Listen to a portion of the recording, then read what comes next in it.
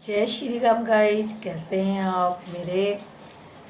मेरे special express में आपका स्वागत है गाइज। देख, मैं ठीक हूँ, आशा करती हूँ कि आप सब भी ठीक होंगे। गाइज देखिए, आज हम एक ऐसा वीडियो लेकर आए हैं जिसे देखकर आप लोगों ने पूछा कि आप देखकर खुश हो जाएंगे। और आप लोगों ने मेरे कमेंट में पूछा कि 21 दिन का या 11 दिन का संकल्प कैसे लिया जाता है।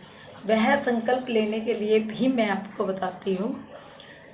जब हम कोई भी किसी भी तरह का पाठ, पूजा, व्रत, नेम कुछ भी करते हैं तो उसमें क्या किया जाता है कि पहले तो उसमें होनी चाहिए श्रद्धा।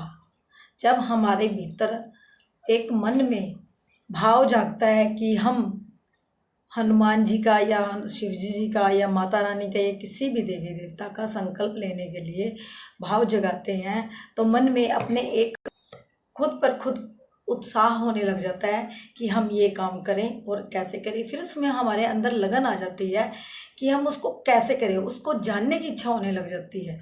जब हमारे मन के अंदर भाव आते हैं तो उसके हमारी इच्छा होने लग जाती है कि हम क्या करें, कैसे करें, किससे पूछें, कौन बताएगा। कभी हम यूट्यूब पर भी सर्च मारते हैं, कभी फेसबुक पर, कभी इंस्टाग्राम पर, कैसे भी कोई भी हमें पता लग जाए कि हमें क्या करना चाहिए। लेकिन कई जो अच्छे लोग होते हैं वह आपको वीडियो में भी बता देते हैं। और कोई अच्छे ऐसे लोग भी होते हैं कि अपने उसके माध्यम से, वीडियो इंस्टाग्राम के माध्यम से भी बातें समझाते हैं। हमारे जैसे कई वीडियो लेकर भी आते हैं इस बात के लिए। और जो ये आपने पूछा था कि मेरे से कि संकल्प कैसे लेते हैं, संकल्प लेने का पहला तो भाव और दूसरा मन कि हमारा मन साफ होना चाहिए और हम अपने आप को भी साफ सुथरा रखें। वह सबसे पहला काम है।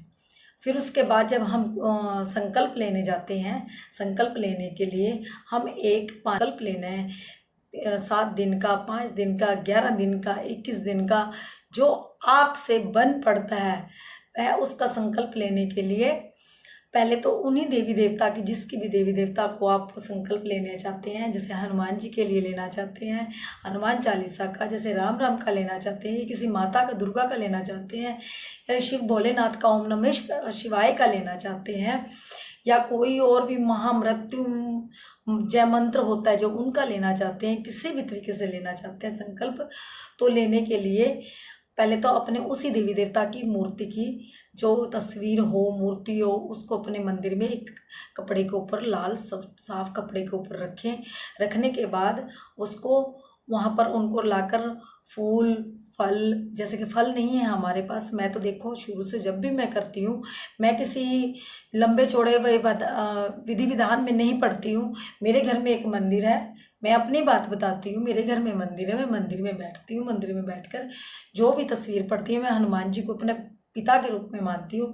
मेरे घर बाबा रामदेव जी राजस्थान में, आपने उर्णी जी का नाम भी सुना होगा, रामदेव रे का, उनको भी मानती है और माता रानी को भी मानते हैं हम। तो हमारे घर में इन चीज़ों की मूर्तियाँ हैं, यानी कि तस्वीरें हैं, हमने रखी हुई हैं। रखने के बाद इसमें हमारे घर में मंदिर बना हुआ, उसमें जाकर मैं क्या करती हूँ, एक लोटा ले लेती हूँ, क्योंकि पहले से मंदिर तो बना हुआ है, उनको हमने आसन दे रखा है, क्योंकि कपड़ा बिछा कर ही रखते हैं मंदिर में भी उनको, ऐसे नहीं। अगर जो जिसके पास वैसे मंदिर नहीं है, एक चौकी ले लें, चौकी पर लाल कपड़ा बिछाकर उसके ऊपर भगवान जी की फोटो रखकर, ज़्यादा नहीं कुछ करें, उसके ऊपर गंगा जल का छींटा देकर उसको अच्छी तरह से साफ करके उनको तिलक लगाएं और फूल चढ़ा दें। ज़्यादा लंबा चौड़ा मैं कुछ वो नहीं बताऊँगी, क्योंकि मैं नहीं करती हूँ लंबा चौड़ा। फूल चढ़ा देती हूँ। फूल चढ़ाने के बाद उनको, ज़्यादा मेरे पास कुछ नहीं, तो जो हनुमान जी की पूजा करती हूँ, जो भी उनको पसंद होता है वह चढ़ाते हैं। जैसे कि लड्डू हो गया, लड्डू नहीं है घर में, गुड़ पड़ा होता है, गुड़ दे दो, चने दे दो।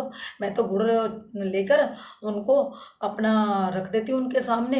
या फिर मेरे पास कोई भी ड्राई फ्रूट पड़ा होता है, कोई बादाम, मिश्री, कुछ भी पड़ा होता है, वो रख देती हूँ।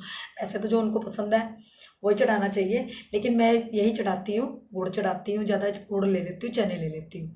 लेने के बाद रख लेती हूँ। रखने के बाद मैं उनको फिर एक लोटे में पानी रख लेती हूँ। पानी, लोटा नहीं है अपने पास तो गिलास ले लो, गिलास, और जो तांबे का है या लोटा है तांबे का तो बहुत अच्छी बात है, नहीं तो सिंपल गिलास लेकर रखें। और उसको क्या करें, उसमें थोड़ा सा गंगा जल डालकर, उसको गंगा जल को अपने हाथ में लेकर, जो हमारे गुरु हैं, आपने गुरु बनाए होंगे, अगर जो आपके गुरु नहीं भी हैं तो कोई बात नहीं, आप जिनकी पूजा करते हैं उन्हीं को भी अपना गुरु मान सकते हैं। जिसे भी देवी देवता को मानते हैं तो उन्हीं की गुरु मान सकते हैं। जिनकी पूजा करते हैं उनको भी गुरु मान सकते हैं। जैसे कि हमने तो गुरु धारणा की हुई है, हमारे जो कुल के गुरु हैं हमने उनकी धारणा की है। हम उनको साक्षी मानकर पानी हाथ में ऐसे गंगा जल लेकर साक्षी मानकर अपना नाम बोलते हैं कि मैं, जैसे मेरा नाम है, मैं अपना नाम लेकर बोलूँगी कि मैं कौन से शहर में रहती हूँ, ठीक है, कौन से एरिया में रहती हूँ, किसी गली में, मोहल्ले में, जिस एरिया का नाम है आपके, उनका नाम लेकर, तो आप जो अपने हस्बैंड का नाम ले साथ में कि मैं उनकी पत्नी बोल रही हूँ। अगर जो अनमैरिड हो तो अपने पिता का नाम ले कि मैं उनकी बेटी ये काम इस शहर में, इस नगर में, इस एरिया से बोल रही हूँ और मैं उनकी बेटी हूँ, तो ये काम करना चाहती हूँ। आप इसको, मेरे काम को, जो भी मैं पूजा करने जा रही हूँ, हनुमान चालीसा की, ओम नमः शिवाय की, या माता दुर्गा जी की जाप की, कुछ भी जो भी हमने करना है उनका लेकर, जल में लेकर, और जो अपने उनको गुरु को ध्यान में कर कर, जिनको अपने गुरु बनाया उनको ध्यान करके,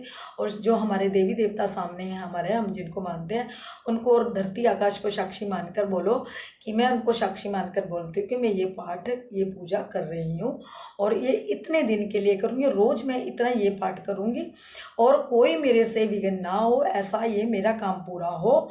तो आप मेरा साथ दीजिए और आप मेरे साथ चलकर ये कार्य पूरा करने की मुझे क्षमता दीजिए। ऐसा कहकर उस जल को एक साइड में ऐसे ज़मीन पर छोड़ दें और बोलें कि हे भगवान, ये मैं काम कार्य पूरा कर रही हूँ, उसके लिए मैं जो भी इसमें पाठ पूजा में गलती हो उसके लिए मैं क्षमा चाहूँगी। मैं पहली बार करने जा रही हूँ या दूसरी बार करने, जो भी, फिर भी क्षमा तो हमें, हम इंसान हैं, गलतियों के पुतले हैं, गलतियाँ हमसे हो ही जाती हैं, कुछ ना कुछ करते हुए भी गलतियाँ हो ही जाती हैं। तो इसीलिए आप उसको क्षमा मांगते हुए भगवान जी से कान पकड़कर और हाथ जोड़कर कि मेरे से कोई गलती ना हो, अगर जो हो जाए, मैं आपका बच्चा हूँ, आपकी बेटी, ये बेटा, जो भी हो आप कह सकते हैं कि कोई गलती ना हो मुझसे। तो ऐसा करने का, पर उनको क्षमा मांगते हुए भगवान जी से कहें कि आप इसको, मेरे कार्य को पूरा संपन्न कीजिए। और संपन्न होने के बाद जब हम उस कार्य को संपन्न कर लेते हैं, जैसे कि 21 दिन या 11 दिन का संपन्न हो जाता है, वैसे तो क्या होता है कि हमें अपने घर में उन चीज़ों का हवन करना चाहिए। हवन नहीं कर सकते, हम बड़ा नहीं कर सकते, किसी पंडित को बुला लें, नहीं बुला सकते तो क्या करें, एक छोटा सा गोबर का कंडा होता है, उपला बोलते हैं जिसे, वो लेकर एक गैस के ऊपर रख लें। उसमें गैस के ऊपर रखने के बाद, अगर जो उपला भी नहीं है, एक थोड़ा सा खोपा ले लें, खोपरा जो होता है, यानी कि सूखा खोपा। खोपा तो आपको पता ही होगा, नारियल के जो टुकड़े होते हैं, सूखे नारियल के, वो टुकड़े ले आए बाजार से थोड़े से। एक किसी अपने बर्तन में, साफ़ सुथरा बर्तन हो, लोहे का तवा हो, छोटा सा, हम बट्ठल भी बोलते हैं पंजाबी में और तसला भी बोलते हैं, छोटा सा हो, या कोई कढ़ाई हो, किसी भी चीज़ को लेकर जो हमारे घर में हवन कुंड है तो ज़्यादा अच्छी बात है। नहीं है तो उसको क्या करें, उसमें एक को खोपरे के छोटे छोटे टुकड़े कर चारों तरफ लगाकर बीच में कपूर की टिक्की रखकर जला दें। जलाने के बाद उसमें जो भी हमने पाठ पूजा किया है, जैसे कि 21 दिन का हमने पाठ पूजा किया, उसके ज़्यादा नहीं, जैसे कि हमने हनुमान चालीसा पढ़ा है 7 बार या 11 बार, उसका ज़्यादा हम नहीं कर सकते, 5 बार, उसका दसवंत वैसे देना होता है, हम ज़्यादा नहीं कर सकते, 5 बार, ज़्यादा नहीं, 11 बार हनुमान चालीसा पढ़ के अब उसको, उसकी आहुति, जैसे एक हनुमान चालीसा हो चुका है हमारा, जैसे हमने हनुमान चालीसा का संकल्प लिया था, हनुमान चालीसा इतने दिन पढ़ेंगे, वो हो चुका है। उसको करने के बाद क्या करें, उसमें हनुमान चालीसा के अपना एक थोड़ा सा प्रसाद रख लें। प्रसाद रखकर उसमें जैसे ही हम, जैसे कि हमारा कार्य पूरा हो जाता है, थोड़ा सा हम सामग्री ले लें। उसको लेने के बाद उसकी आहुति डाल दें 11 बार। पहले तो अपने गुरु के नाम की डालें, जो गुरु बनाया है, गुरु के बनाने की 11 बार डाल दें, ठीक है। 21 बार डाल दें, वो आपकी श्रद्धा है। नहीं तो उसके बाद उसको लेकर 21 बार, जैसे 11 बार आपकी श्रद्धा है, श्रद्धा के अनुसार कर सकते हैं आप। नहीं तो उस बाद में लास्ट में जब आहुति डालते हैं उसमें थोड़ा सा प्रसाद भी डाल दें 11 बार। ऐसे डालने के बाद एक, जैसे 11 हनुमान चालीसा पढ़े हैं, जैसा हनुमान चालीसा पढ़ोगे उसको डाल दिया, डालने के बाद उसको प्रसाद भी डाल दिया, और बाद में हम समाप्त होने के बाद वो प्रसाद उनको भोग लगवा कर, वो जब डालते तो भोग लग ही जाता है उनका, ठीक है। और उनको हाथ जोड़कर क्षमा गए, हमने ये पाठ किया है, हमने हनुमान जी जैसे करते हैं शिव जी का, उनका नाम लेकर बोलें कि हमने ये पाठ किया था, ये सब आपकी कृपा से ये हमारा कार्य संपन्न हो चुका है और ये हमारा काम था, ये भी संपूर्ण हो चुका है। आपका बहुत धन्यवाद, बहुत बहुत शुक्रिया, ऐसे हाथ जोड़कर बोलें। इसलिए आप हमारे जो हमने मनोकामना पूर्ण। और हाँ, आप अगर मन नहीं कर सकते तो कोई बात नहीं, प्रसाद लेकर सीधा मंदिर में जाएं, मंदिर में जाकर हनुमान जी के चरणों में चढ़ाकर उसको आप सबको बांट दे। बांट देने के बाद क्या, मेरी क्षमता इतनी थी परमात्मा आपकी कृपा से मैंने इतना कर दिया, धन्यवाद आपका, शुक्रिया, ये कहकर चले आए। पूर्ति के लिए क्या था, वह पूर्ति ज़्यादा नहीं, मुझे पता है ये 21 दिन से पहले पहले हो जाती है जब हम तहे दिल से इसको करते हैं, पर मन में स्वच्छता जरूर रखनी चाहिए।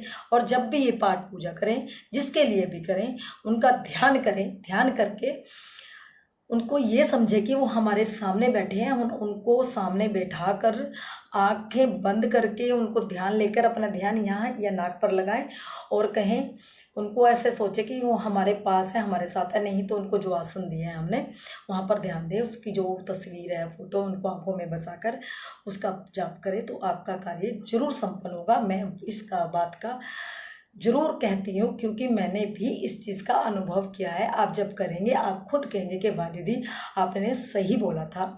आपको ये मेरी वीडियो पसंद आई है तो मुझे आप लाइक, शेयर, सब्सक्राइब करें और फॉलो करें।